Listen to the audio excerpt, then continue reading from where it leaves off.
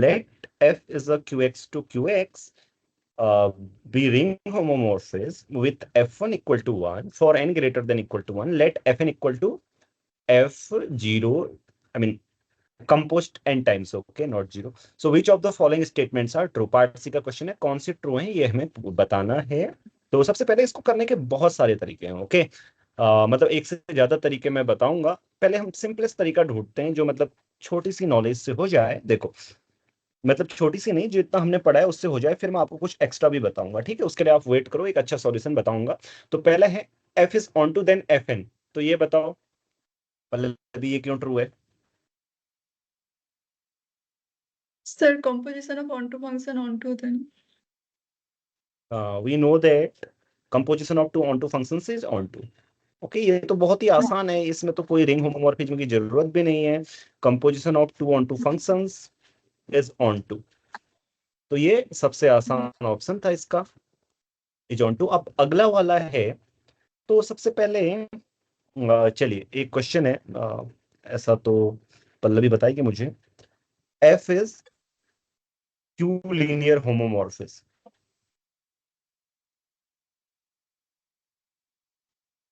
मतलब Q vector space homomorphism है या नहीं, लीनियर ट्रांसफॉर्मेशन है या नहीं, आपने मुझे बताना है, ओके।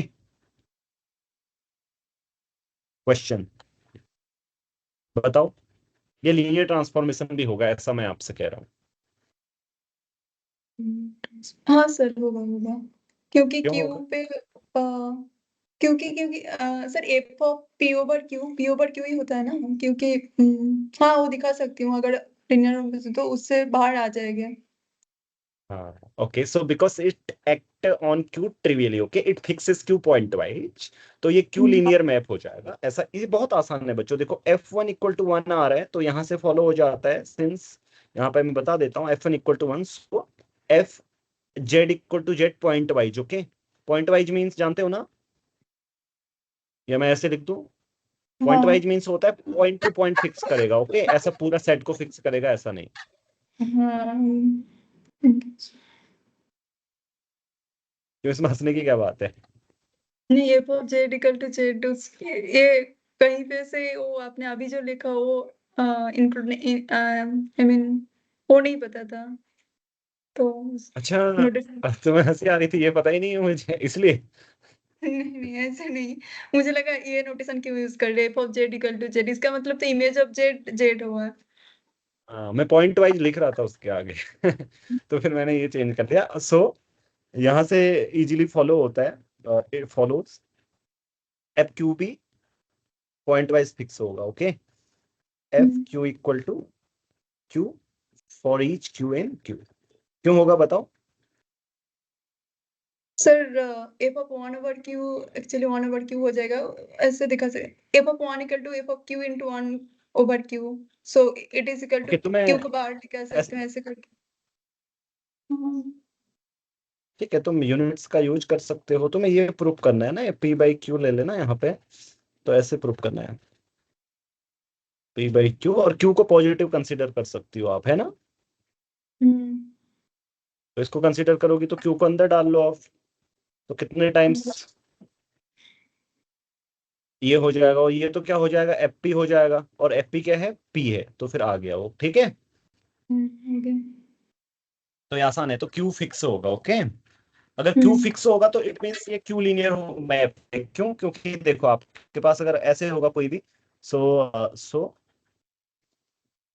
मान लीजिए आर कोई रैशनल नंबर है और क्यू एक्स कोई भी पॉलिनोमियल है, तो ये होमोमॉर्फिज्म में से ये होना चाहिए F R into F two x, है कि नहीं।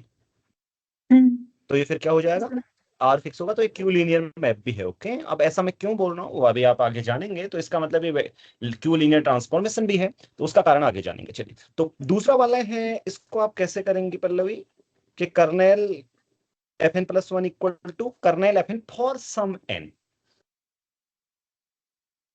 Sir kernel F of kernel F equal to sir generated by a polynomial single polynomial क्योंकि ये पीआईडी है, तो kernel F of square subset of kernel F I mean वही polynomial आएंगे जो पीएक्स को डिवाइड करेंगे, तो after some finite term it must divide terminate.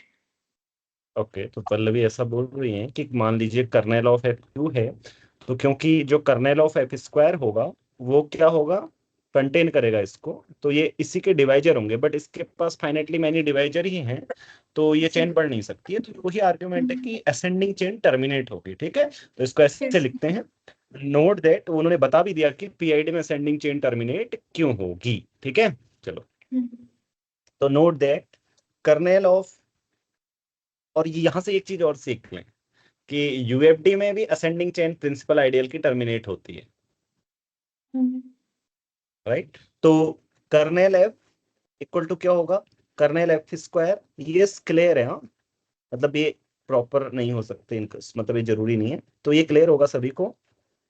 ये सारी आइडियल्स हैं एफ क्यू, क्योंकि जैसे एफ एक्स से जीरो है ना, तो एफ स्क्वायर एक्स भी जीरो होता है एक्चुअली। ठीक है, जो भी यहाँ होगा वो इसके अंदर होगा, राइट, वो इजी है argument. I mean what ever is in kernel F that must be in kernel F square, so and so on. Okay, so since qx is a PID, so every ascending chain terminates is a PID.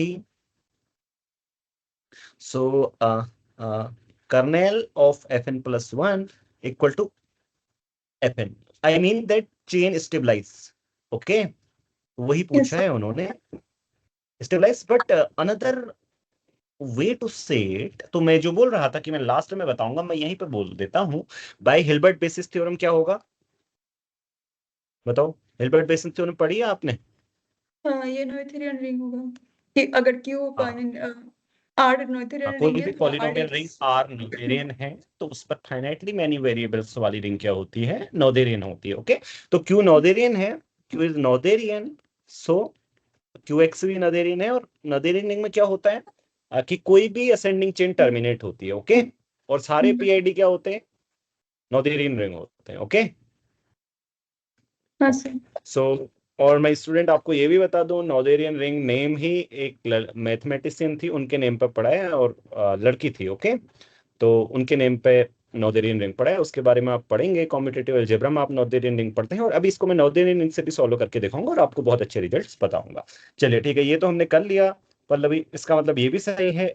अब करते हैं तीसरा वाला। Okay, तो तीसरा वाला पल्लवी बताएगी, चलो पल्लवी बताओ।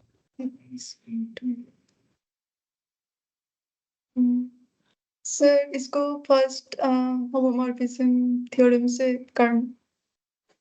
Okay, suppose that F is onto, तो सिंपल सी बात है, एफ ऑन टू है तो आपके दिमाग में क्या आना चाहिए, आपके दिमाग में आना चाहिए कि Q X, first isomorphic theorem से क्या हो जाएगा, Q X over over kernel F is isomorphic to Q X. As as क्या बताओ, sir Q Q algebra, X और राइट हैंड साइड मतलब पे ना। ये आइसोमॉर्फिक होंगी एच क्यू एलजेब्रा, मतलब समझ में आया, एज अ सर रिंग भी आइसोमॉर्फिक है। हाँ, हाँ राइट हैंड सॉरी, साइड पे। ओके, हाँ क्यू आएगा, क्यू एक्स आएगा, थैंक यू। तो पल्लवी ये एस क्यू एलजेब्रा आइसोमॉर्फिक होंगी, ठीक है, मतलब वेक्टर स्पेस आइसोमॉर्फिक भी है और रिंग आइसोमॉर्फिक भी है। ठीक है, और मैंने वो सर बता दिया ऐसा इसलिए क्योंकि एफ क्यू लीनियर ट्रांसफॉर्मेशन भी है। तो अब हाँ आगे बोलो। तो sir kernel F actually generated by a polynomial px।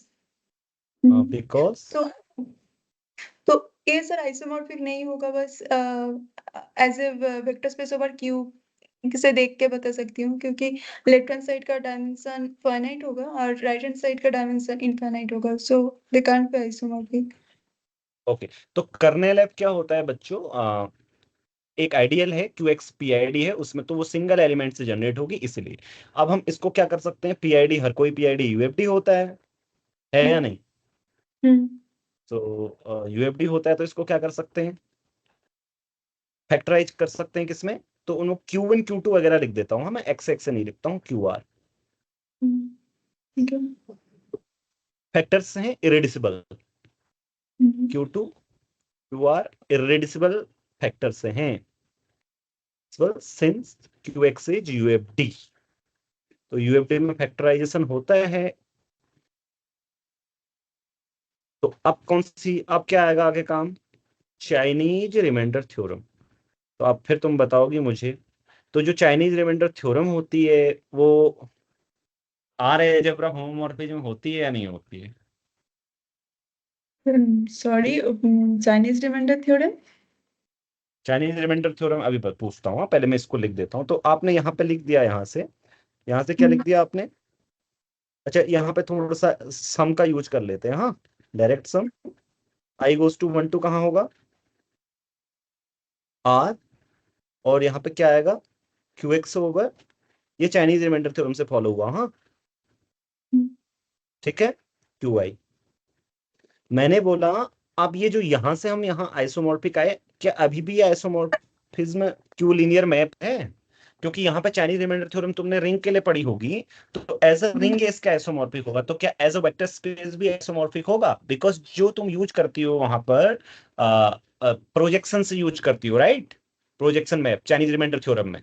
तो क्या वे क्यू लीनियर मैप्स भी होंगे? तो वो होते हैं, ठीक है। और बहुत ही आसान है, क्योंकि प्रोजेक्शन है और प्रोजेक्शन क्यू लीनियर मैप भी होगा। ओके, यस ठीक है। सर। हाँ, चलो।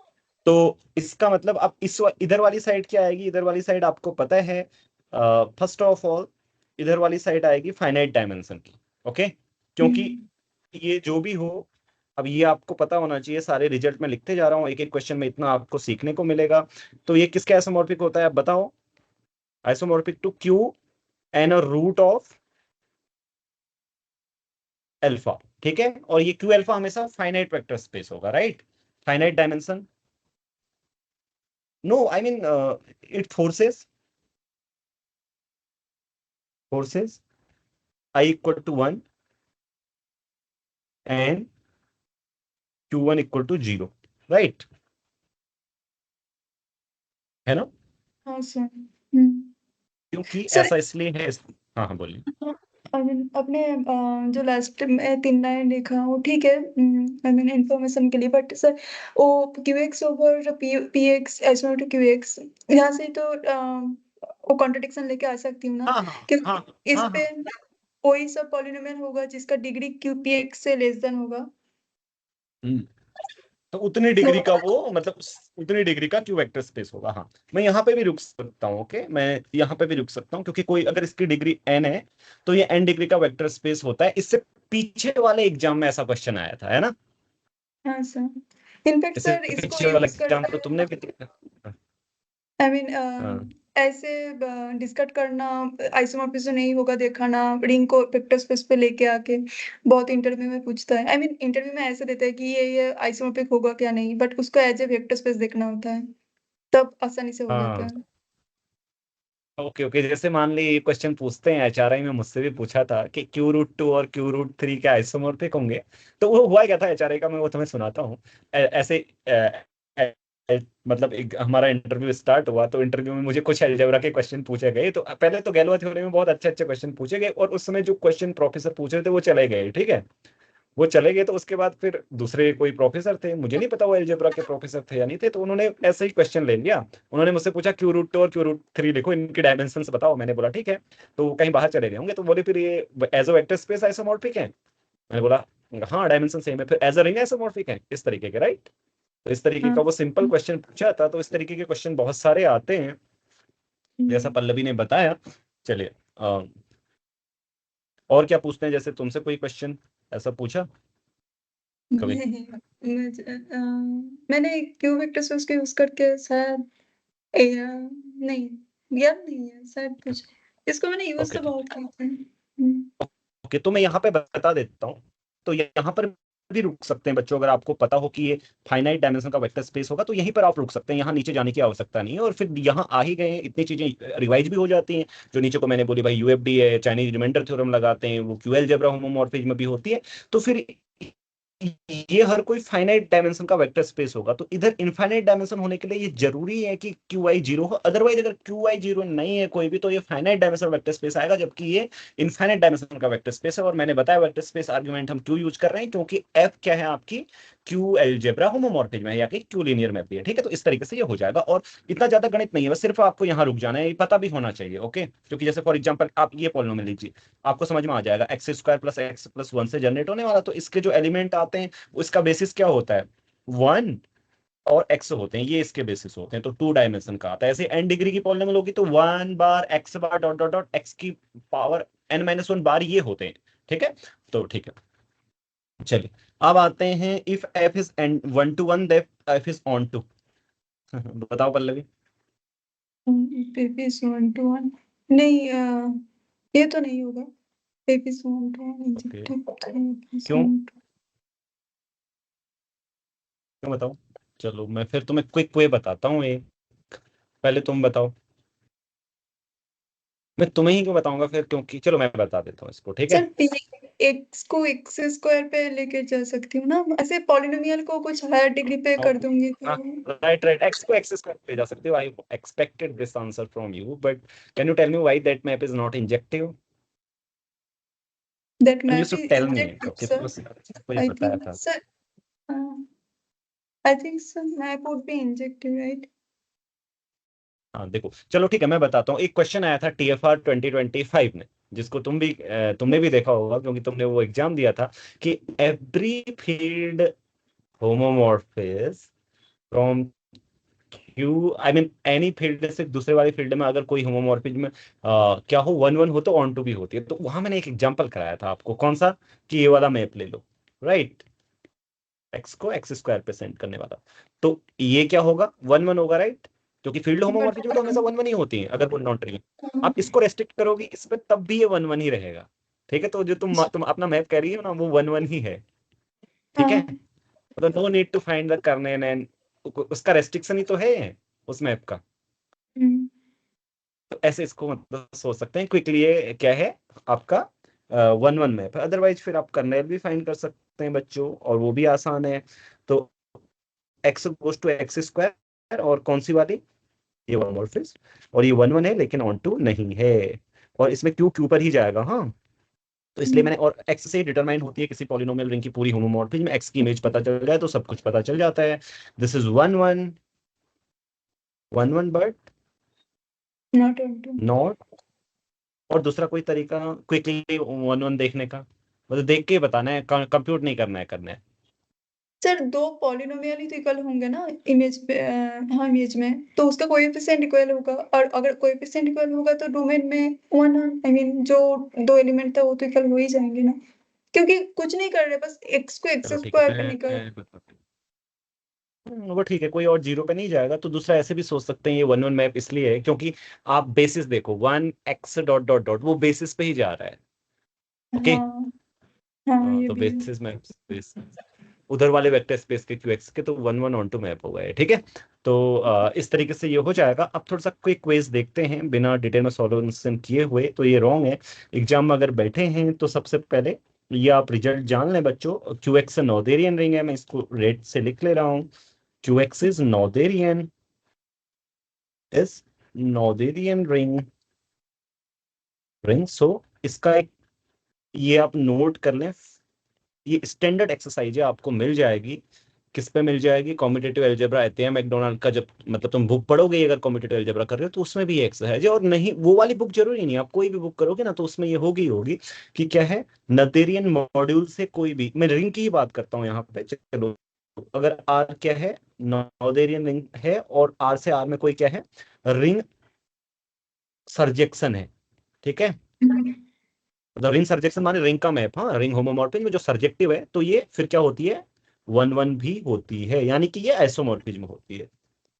एवरी ऑनटू रिंग होमोमॉर्फिज्म, आप लोग नोट कर लीजिएगा, बार बार सुन लीजिएगा, every onto ring homomorphism from a Noetherian ring to Noetherian ring itself, हाँ, ये ध्यान रखना, इटसेल्फ इज एन आइसोमॉर्फिज्म। हाँ तो इसमें इससे आप, अगर आप एग्जाम में बैठे हो तो ये वाला भी ट्रू हो जाएगा जल्दी से, नॉर्दर्न रिंग में स्टेबलाइज होती हैं सारी चेन, ये भी ट्रू हो जाएगा। अगर एग्जाम में बैठे होगा तुम्हें पता है, तो पहला वाला ट्रू, दूसरा वाला ट्रू भी, फर्स्ट वाला तो ट्रू है ही है, और ये वाला गलत हो जाएगा आसानी से। तो एग्जाम में आप इसको क्विकली कर सकते हैं अगर आपको अलजेब्रा सही आती है तो। और ये रिजल्ट पीआईडी के लिए भी ट्रू है, इसको आप नोट कर लें कि कोई भी, अगर आपके पास पीआईडी है, आर है मान लो पीआईडी, तो आर से आर में अगर कोई भी ऑनटू होमोमॉर्फिज्म है, तो उस ऑनटू होमोमॉर्फिज्म को फिर क्या होना पड़ेगा, 1 1 भी होना पड़ेगा। और इसका प्रूफ ऐसे जाता है, मैं बता देता हूं। आप क्या प्रूव करते हो, सबसे पहले आर को आप प्रूव करते हो ऐसे करके, मतलब सबसे पहले जहां एन ले लो, स्टेबलाइज हो रही है चेन, तो इसका प्रूफ आप चेक कर सकते हो, आपको मिल जाएगा। मैं पूरा प्रूफ नहीं लिखता हूँ क्योंकि वीडियो लंबा हो गया है। इसको आप पहले जीरो प्रूफ करिएगा, और क्योंकि मैं पॉइंट होने के कारण ये आर आएगा तो इसको जीरो आना पड़ेगा, और कर्नेल एफ एन ही जीरो आ जाएगा। तो ये चेन देखो यहाँ पे, ये चेन है ना यहाँ पे, क्योंकि अगर यहाँ का जीरो आ जाएगा पल्लवी, मतलब ये जो नीचे चेन है, मतलब आगे जीरो आ जाएगा तो पीछे कर्नेल एफ तो जीरो ही रहेगा, राइट। और कर्नेल एफ जीरो हो जाएगा तो वो इंजेक्शन हो जाएगी फिर, ओके। और ये प्रूफ करना बड़ा आसान है, ओके। इसमें चेन स्टेबलाइज होती है, इसका यूज करना और ये प्रूफ हो जाएगा, ओके। ठीक है, तो इस तरीके से इसका सॉल्यूशन करेंगे।